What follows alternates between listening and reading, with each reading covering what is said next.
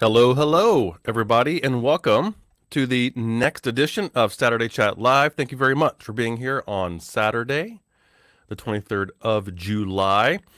It's good to see you all. Hope you all are doing well.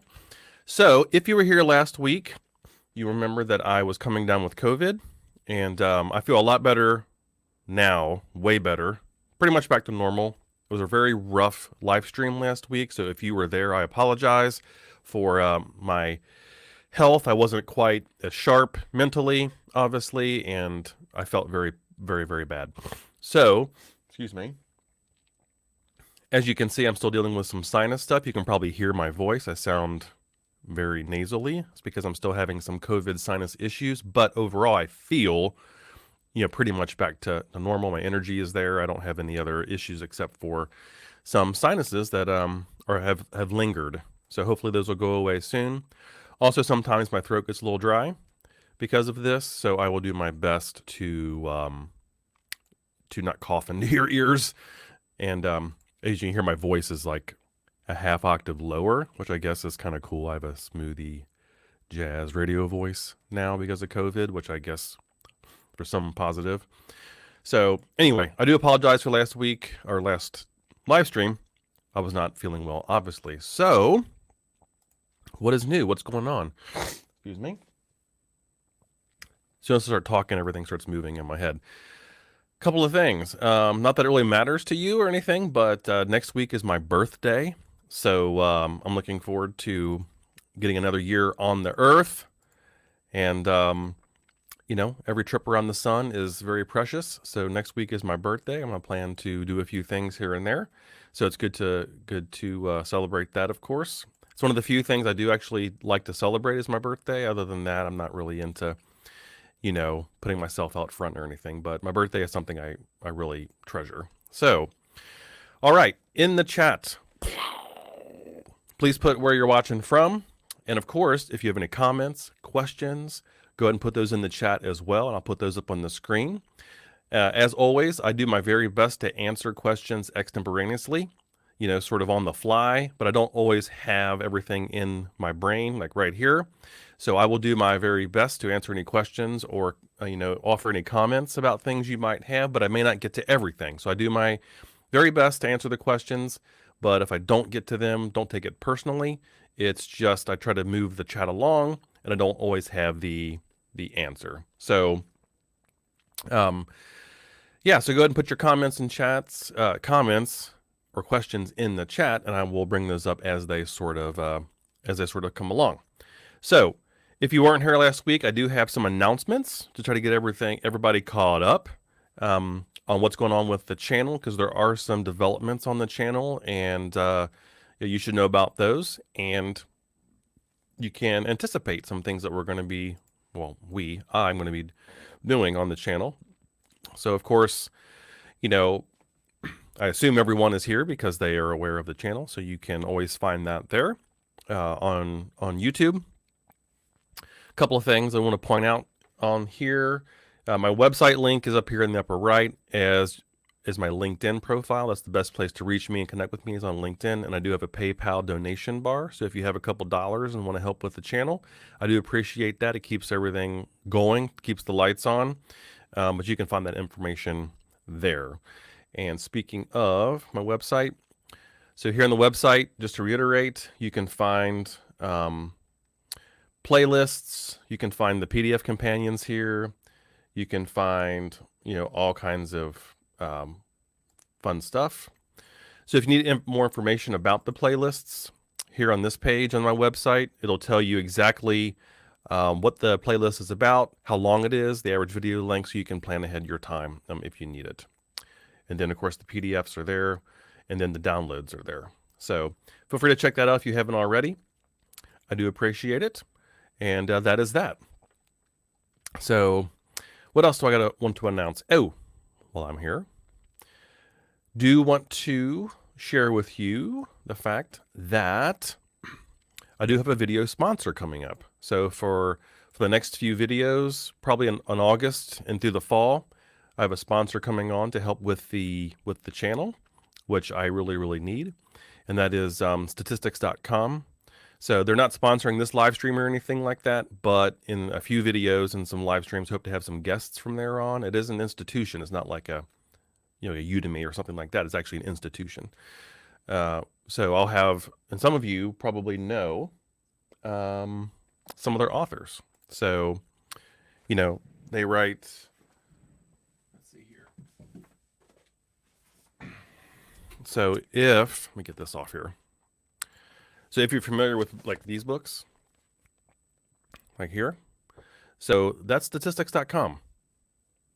These are the individuals that do the work there. So I'm hoping to have some of them on as guests to answer, so we can talk, and then you can ask them questions, and they can tell you about what they do and what they think is important in the fields currently. So we're going to hopefully do some of that over the next few months. I'm really excited about that. And I'll have more information as we go on from there. Other news is that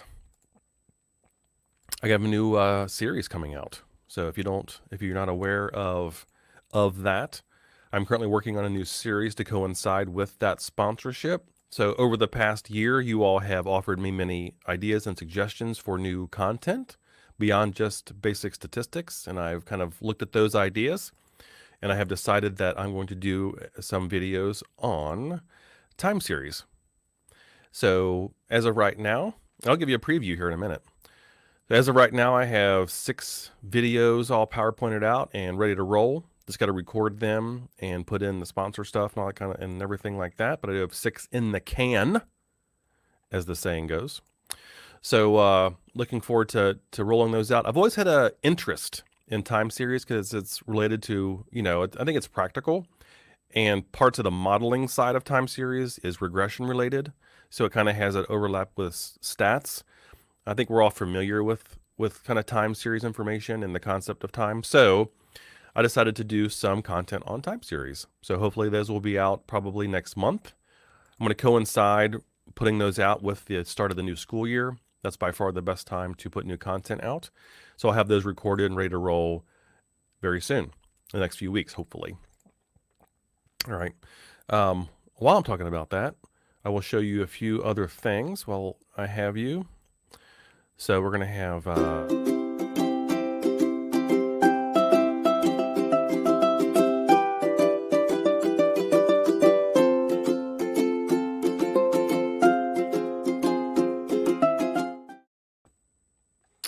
Yep, so we're going to have some things like that.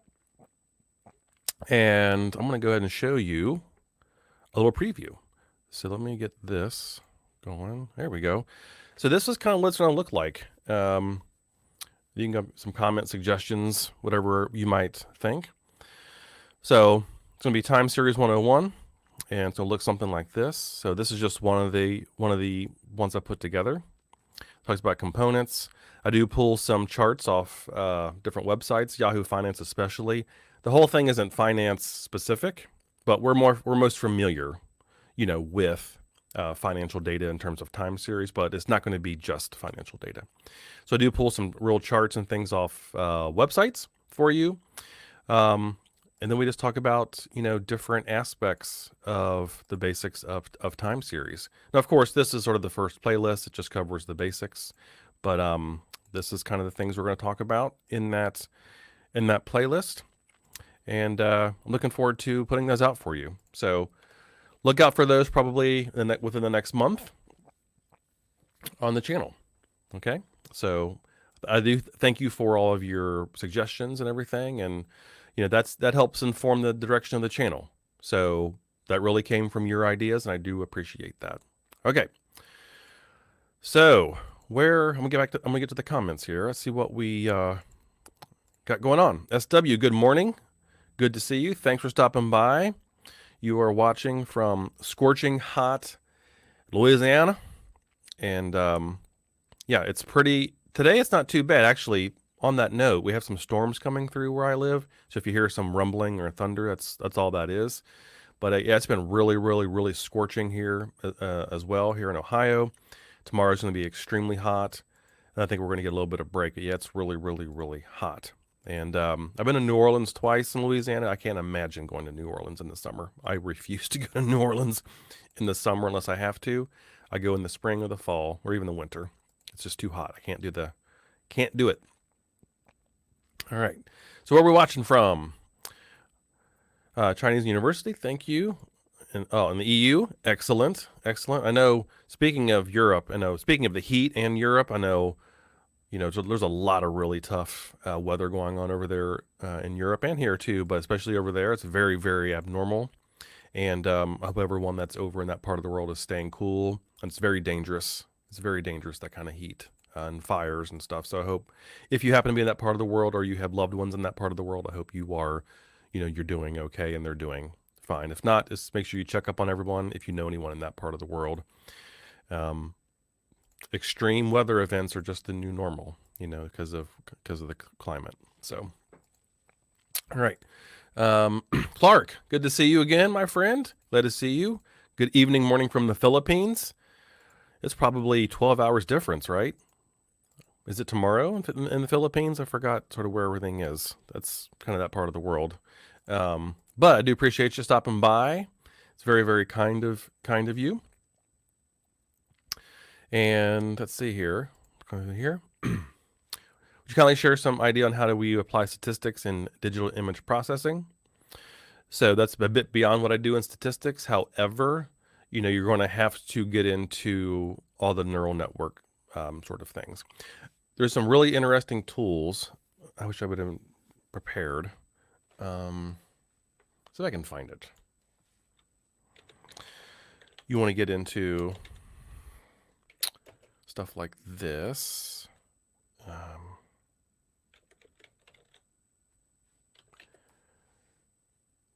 I can find it.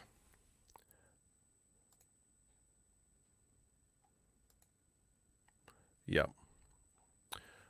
There are several like this. But, when you get into image processing, of course, you're going to turn the pixels into an array, and then you're going to do some looking around, Again, I've read about this. I've played around with it in the past, but forgive my lack of knowing the exact terms. But you're going to be looking for certain things around, certain pixels and pattern recognition and stuff like that. So, there is, if you want to play around with some digital image processing, let me pull this up as well. If you just want to play around, give me 1 second. Yeah, so back to your question, the idea for basic statistics, there is some applicability to digital image processing, but it just depends on how much into the math and how much into the matrices and work you want to go. So let me pull this up.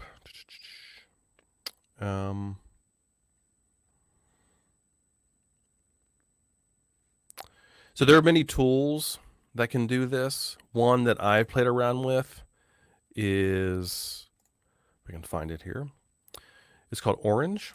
It's Python based. I can share the screen here.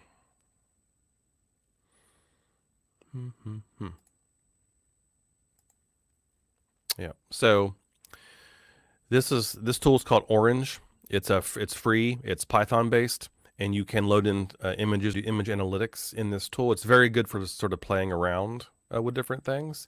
They do have some pre-provided. They do have some pre-loaded data sets that you can pull into this and do some basic image analytics. And of course, you can look at actually how it serializes the pixels and all kinds of cool stuff. They also have some tutorials you can follow along. So I'm a big fan of Orange. I hope to do maybe some tutorials on Orange. I really, really like it. You can play around with that and learn a bit about what it's doing to the data underneath if you want to do something like that. So I'm obviously not prepared to show you, but I have done it in the past. So maybe I can do that at some point. But that's one thing I might recommend you give it a try. Close that out. All right. So, what other comments, questions do you have? Go ahead and please put those in the chat so we have something to talk about. As far as, like I said, as far as the channel goes, another thing I did want to mention is that I am strongly considering doing a Patreon for you all. Of course, it's always optional, and it's a way for me to offer some bonus content, to do some other sort of social type things on there. I don't have social media anymore. I deleted all of it. But Patreon might be a place where I can share some behind the scenes, a little bit of sort of, my workflow and those sorts of things, in a place where the only people who see it are the people who want to see it. So I might be doing that within the next month. And you can join with that if you'd like. But yeah, so I actually have a lot of it already planned out on there. I just got to figure out how I want to do the tiers and sort of stuff like that. Of course, and it helps support the channel, right? I can't do the YouTube stuff without some kind of support. It's, I have a full-time job and 2 part-time jobs, and I do the YouTube stuff when I have sponsorship or when I have support to do it. So, all right. Okay. What else is going on? I'm trying to look through the chat here and see if there's anything that I have missed. I don't think so. This might be a short stream today. You're all not too talkative today. So it happens.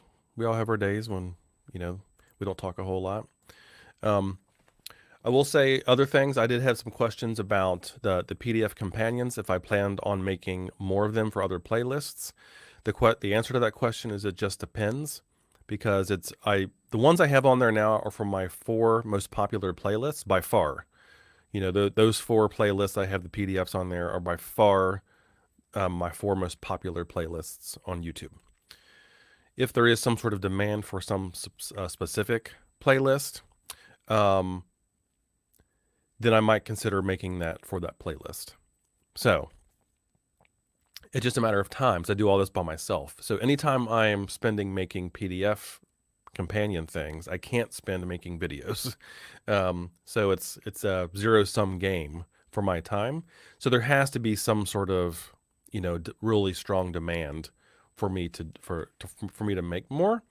But if there are, you can always drop me a note, and if the demand is high enough, then I might consider doing that. So yeah, Clark says currently reading Practical Statistics for Data Scientists. Yep. So yep, this one right here. Great book. So it's very user friendly, and it has certain R and Python code blocks and scripts in there that you can follow along with if you want. And it's nothing crazy. So if you're not all that familiar, with R and or Python, when it does do the code, it's only a few lines. It's not too bad in there. It's not too bad in there. But in a world where I sometimes think there is a dearth of information with just basic, introductory statistics in R and Python, that's kind of like where this book and some other ones cover that. Because, there's a lot of R and Python books out there that go into much more complex sort of things. But what if you just want to do basic statistics in those? So that book is great. Yeah, it's really good. Excited to see your time series playlist. Absolutely. So like I said, I have 6 videos pretty much ready to record, and that's before even getting into really any math. So the first playlist in that topic in that series will be, a lot of it will just be introductory concepts, some sort of qualitative discussion about things to keep in mind before you even go into time series. Some of those very basic conceptual, visual type things related to time series. And then, of course, we'll get into more of the forecasting methods, of course, how to measure our errors and other type stuff like that, and getting to time series modeling to some degree without going way in over people's heads. So we'll do all that. We'll get into all that as we go throughout that playlist. I kind of have it all mapped out in my head about how I want to approach it. So I easily have enough in my head for ideas to keep making videos probably at least the rest of this year.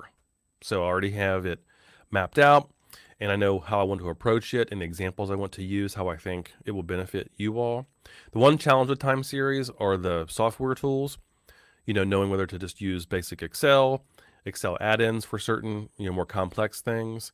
I'll probably get into some Power BI stuff here and there because I prefer it over Tableau myself. And, the R Python type stuff, it just depends. I might pull up Orange that I showed you before. So we'll see how that goes. I'm going to put the first, bit out there and get some of your feedback on what you think, and then, adjust and go from there. But I'm excited. It's really the first new set of videos about sort of a different concept I've ever really done on the channel in 10 years. It's all been pretty much all statistics, basic statistics up until now. So getting in the time series refreshes my interest, refreshes my curiosity. It gets me into doing something new and learning something new, but yet related. So that motivates me to do it.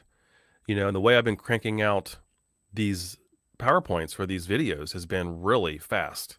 So once I kind of committed to doing it and, sat down and kind of get my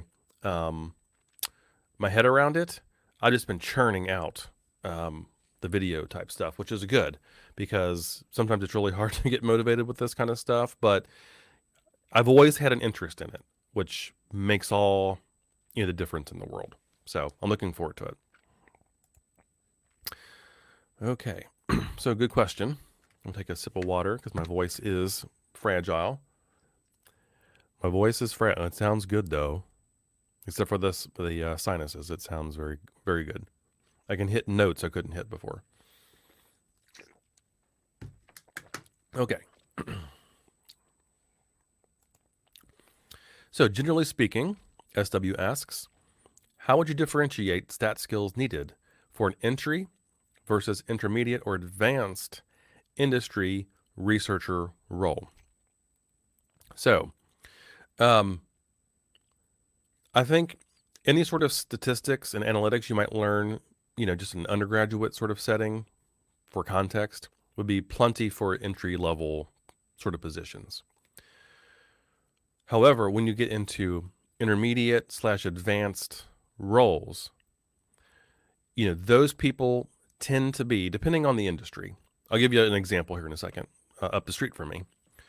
A lot of those people tend to be, at the very least, master's level specialists, if not PhDs.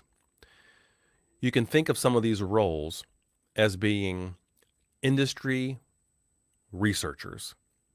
And a lot of these individuals actually publish papers in journals as practitioners, not as academics, but they publish in journals as practitioners. So I'll give you two examples. The first example is right up the street from me. So I live literally 2 miles, if that, from a Procter & Gamble research center. You can see it from space. It's huge, and it's just up the road. It's right across, actually it's kind of across, it's right across the road from the Starbucks I work at. Not work at, but I sit and work at. It's literally across the street. It's huge. At that Procter & Gamble, the individuals who do research for Procter & Gamble are PhD level industry experts.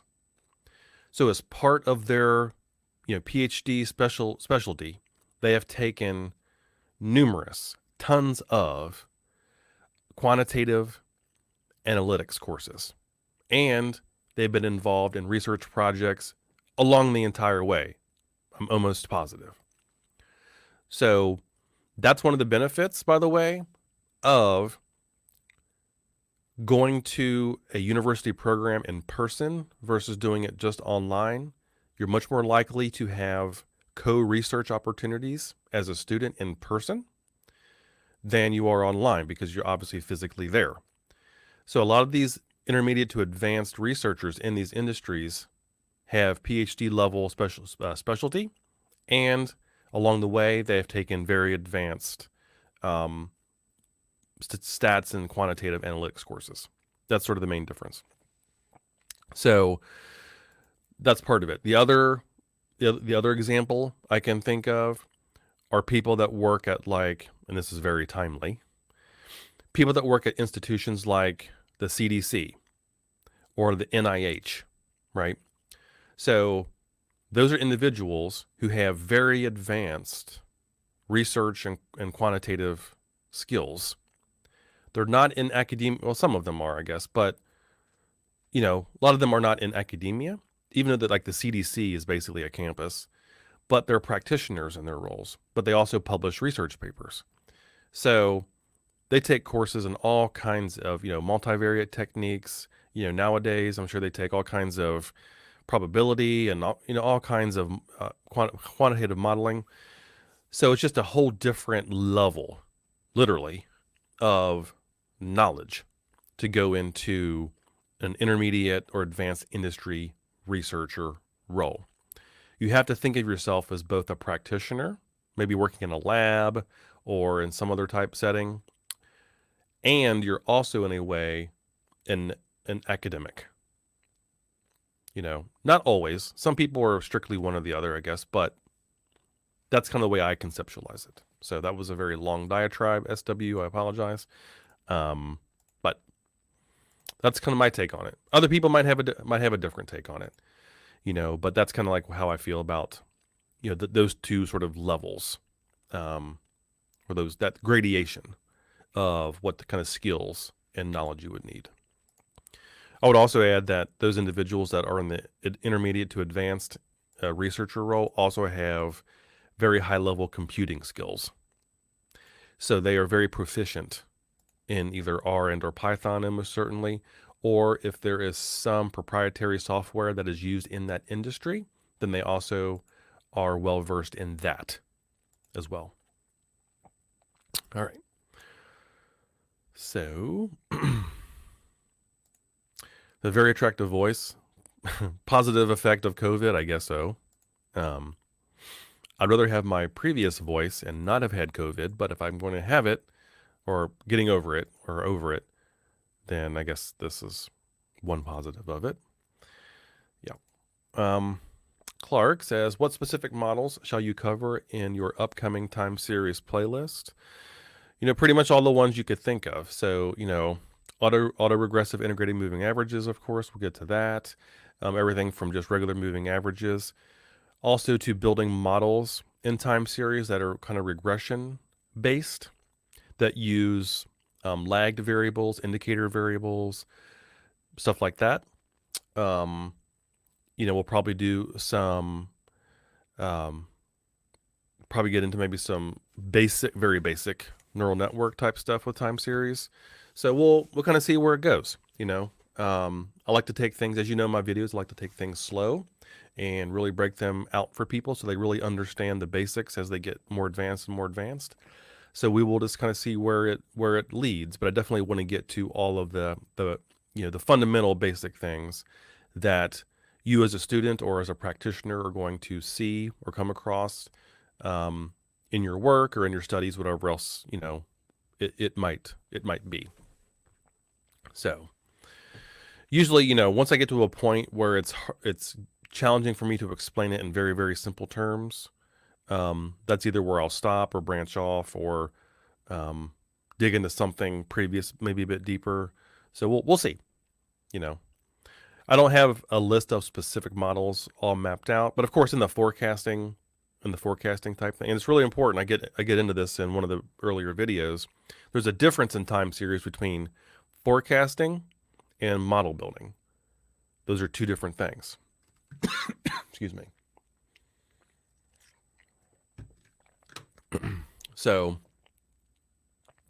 one branch, the forecasting branch, will obviously go down pretty far, and then the modeling branch will go down. And there's some overlap between the two, of course, but the modeling branch will see how far and how deep we go into the weeds on that.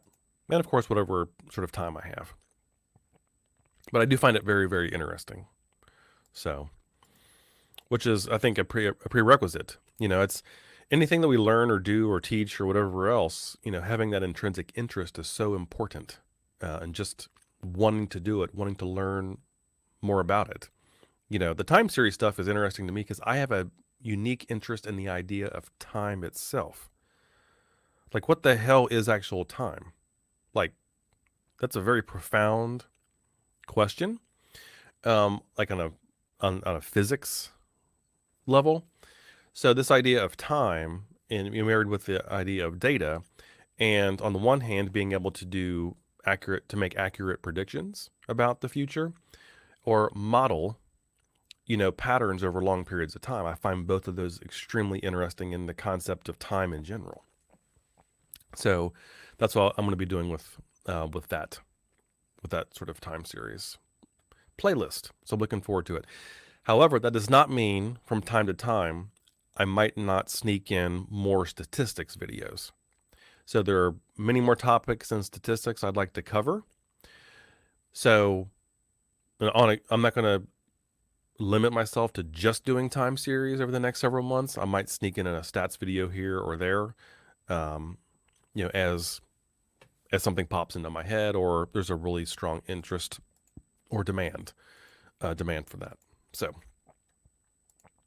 all right, looking through the comments here. Any comments, questions, etc., etc. I think I've pretty much reached those. Yep, so now's the time. If you have any other comments or questions, now's the time to put those in. Otherwise, I'll go ahead and wrap this up a bit early. If there's no other questions or comments, and my voice is starting to get a little scratchy. All right. So in a couple of weeks, I will be 1 year older, which is fine. I don't mind getting older. Do y'all mind getting older? I don't mind getting older. It's just another year of wisdom and experience. And, I kind of feel like I'm in many ways at my peak or prime in terms of my learning and curiosity. And long as I stay young in mind and heart, I don't mind getting older. Everybody's body will eventually fail them. But I try to keep my mind and my interest and curiosity strong. So that is my essence. So when I have a birthday every July, it doesn't bother me. I'm actually happy. That means I got 1 more year. Okay. All right. VJS, good morning from India. Let me know about exciting developments.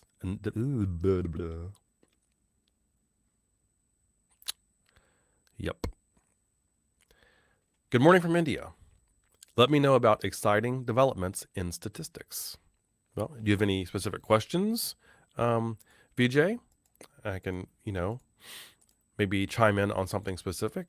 But, all the current developments in statistics and data science and those sort of things are all around, in my opinion, the exciting developments around those right now are making learning them, interpreting them, and deploying them more accessible and user-friendly and more automated. So, I think right now, that's kind of where things are. So I think through cloud services, software services, desktop programs, additional sort of abstraction, layers on top of these tools make them easier to use. So they're making them more accessible, more easy to learn for more people. I think that is very, very, important. That's sort of on the practitioner sort of learning side. On the mathematical side, obviously, that's, I'm not a PhD mathematician at all. So I'm sure there are certain innovations and developments going on in that realm also. But I think now we're in this time span, this new era, where the process and the tools and the automation are maturing, over time. A lot of these tools obviously now have just natural language processing in them. So in Tableau and Power BI, you can ask it just a question and it will, give you the answer or spit out a chart or something for you, like automatically. Power BI has all kinds of insights built into it, the KPIs that are built into it. So I think the tools are really getting better to analyze and present and share, the information that we can glean from our data in ways that our end users and stakeholders, colleagues, whoever else can really utilize to make better decisions.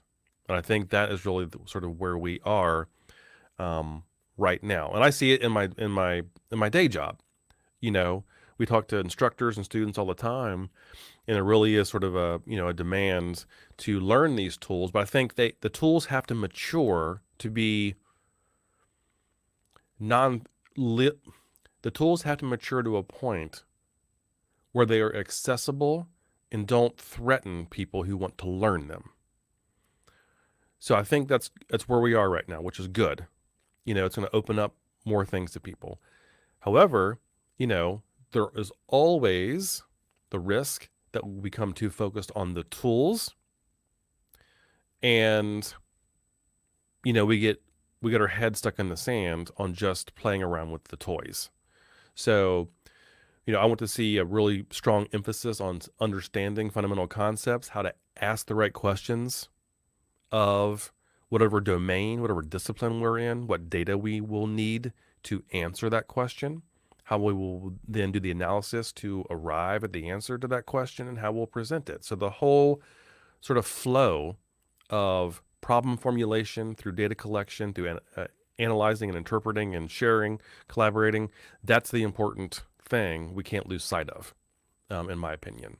So I said this before, we have all the data in the world we could ever ask for. We have all the ways of analyzing that data we could ever imagine and ask for. Yet, a lot of things are still, pardon my language, flaming bags of shit. So, if we have the data, all the ways to analyze the data, yet we don't implement that in a way that moves the ball forward, what's the point? And again, that's my opinion. That is sort of my personal opinion. So, yeah, so that's kind of where I see things, VJ, on the development side. It's really in the maturation and accessibility and non-threatening nature of the tools. And of course, I don't know a whole lot about it, but apparently, Google's working on an experimental new language, which could be interesting. Which is, again, that's part of the same argument I just made, is that a lot of these things are becoming more accessible to more people, and I think that is a very good thing. Very good thing. Gaurav, hello, Brandon. Hope you are doing good and healthy. Thank you very much. I'm a lot better. I'm a lot better than I was. As you can hear, my voice is not quite right, and I do have some sinuses, and I probably sound a bit stuffy. That's because I am. But health-wise, I feel fine. I feel good. But I will say, every day that passes, I know more and more people that are getting sick. So this BA.5 variant is extremely contagious, and it has the ability to reinfect. Even if, I was double vaccinated, boosted. I don't really go anywhere. I only go to like 3 places. I only leave the house to go either to the gym, to Starbucks, or maybe to the grocery store. That's the only time I'm around anybody else. Yet I still got it. But it took me 2.5 years, and until the R value, which is like the spreadability basically of this virus, to get up to the level of measles. Measles is the most contagious virus known to man. This variant is almost at the level of measles. Measles is like an R value of like 19. This variant has an R value of like 17 or so, somewhere in there. So it is very, very, very easily spread, and it can reinfect you because of mutations on the spike protein. And the longer this goes on, the more it will continue to mutate, and it's just something we're going to have to deal with probably forever. It's just going to be one of these things we deal with forever. So I don't know what the long-term view of that looks like, unfortunately. The only saving grace, or 2 saving graces, is that while people do get sicker, it doesn't, I mean, more people get sick. It doesn't seem to make people sicker. However, once more people get it, just because of sheer numbers, we will have more deaths, and it will put strain on our medical systems. So it's just a never-ending sort of thing. We kind of had one chance to knock this thing in the bud, and we, let's say we as a globe, we just didn't do what we needed to do. So here we are. The cases are growing in India. I'm sorry I hate to hear that. It's almost all the counties around me where I live are all red. Hope we overcome this pandemic. We're at the point now. I don't think we're not going to overcome it. It's just always going to be around. The question is, how does it mutate, and how fast can the science keep up? So, so we're in for a very, very long haul, unfortunately, I think. So, yeah, appreciate, share your time in this tough situation. Absolutely. So, yeah, it's it's hard. And I got up this morning at 7 a.m. That's what I usually do on Saturday. I get up around 7 a.m., just throw on some clothes, wash my face off, and go up to the coffee shop to work for like 3 hours on videos for you all. And, I'm back to wearing a mask when I go in there and work. Usually if I sit down, I'll take my mask off to drink my coffee. But other than that, I wear a mask now when I go to Starbucks, when I go to the grocery store, any place like that, mask is back on now. So, yep, I think we're just back to there.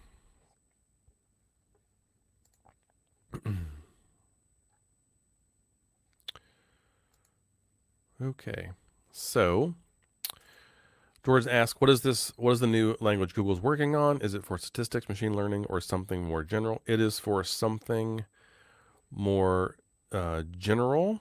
Let's see if I can pull it up for you.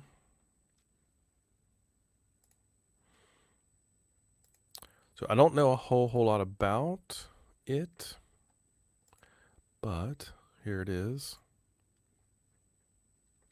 Probably make this a bit bigger for you. So it's called the Go language. Yeah.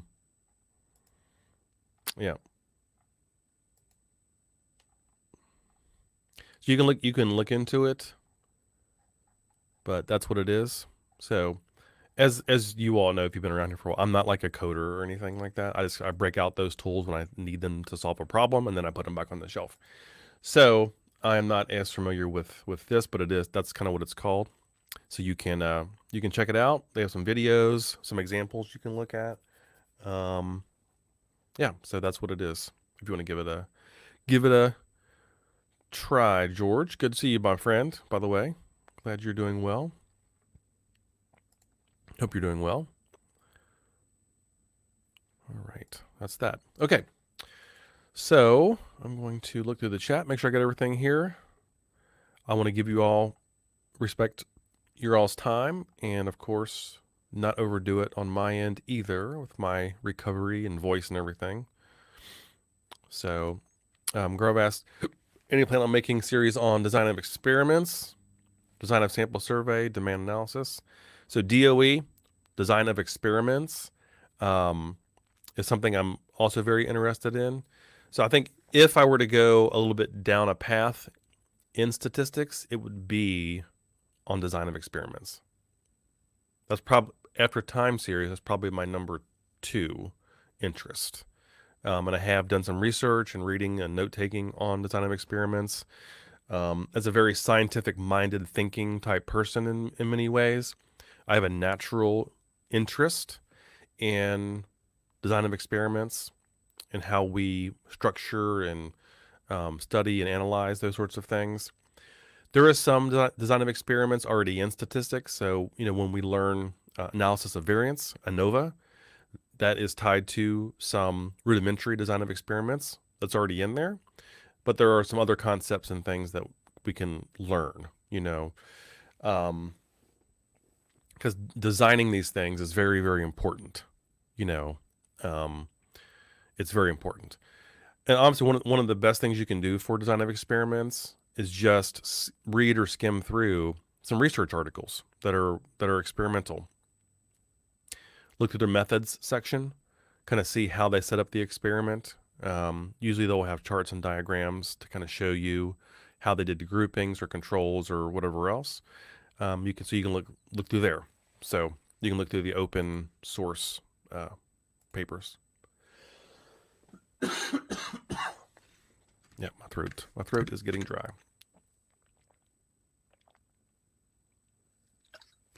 All right. So, hello, Chalapathy. Hope I said that right. Good to see you. George, great.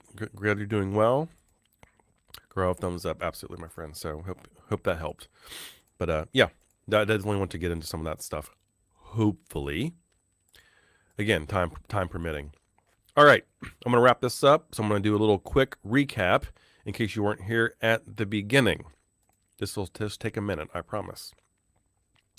So if you missed it, I do have some sponsorship coming up with statistics.com, and I hope to have some live stream guests on related to stats.com, and some of the authors that are there and the teachers that are there to come on and talk to you about certain topics in statistics and data science. Hope to have them on here in the next, few live streams, actually. Also, we got a new series of content coming up in the next month on time series. That's what we've been talking about the past few minutes or so. You can look for those videos to pop out probably in August at some point. I'm trying to line those up with the sponsorship and everything, but I do have 6 in the can. I have 6 videos ready to roll. So those will be coming out. And what I'll probably do is record them and upload them, and just have them release every week, automatically on YouTube for you all. So that is sort of coming up. And I'm trying to think what else. Oh, I might have a Patreon launching in the next month or so too. If you want to get some behind the scenes, some extra content, things that I will not release on YouTube. Will probably be on there. So I'm still trying to conceptualize how all that might work. And if I decide to do that, I will obviously let you all know. So that is another announcement. But I think that is it. So unless there's any more comments, I don't think there are. We're going to go ahead and wrap this up. So I hope you all have a great rest of your weekend. Please stay safe. Please stay mindful of COVID, and please check in on each other, wherever you are in the world. So it's been a pleasure being with you again here on Saturday Chat Live, and I will see you all again in 2 weeks. So take care and bye-bye.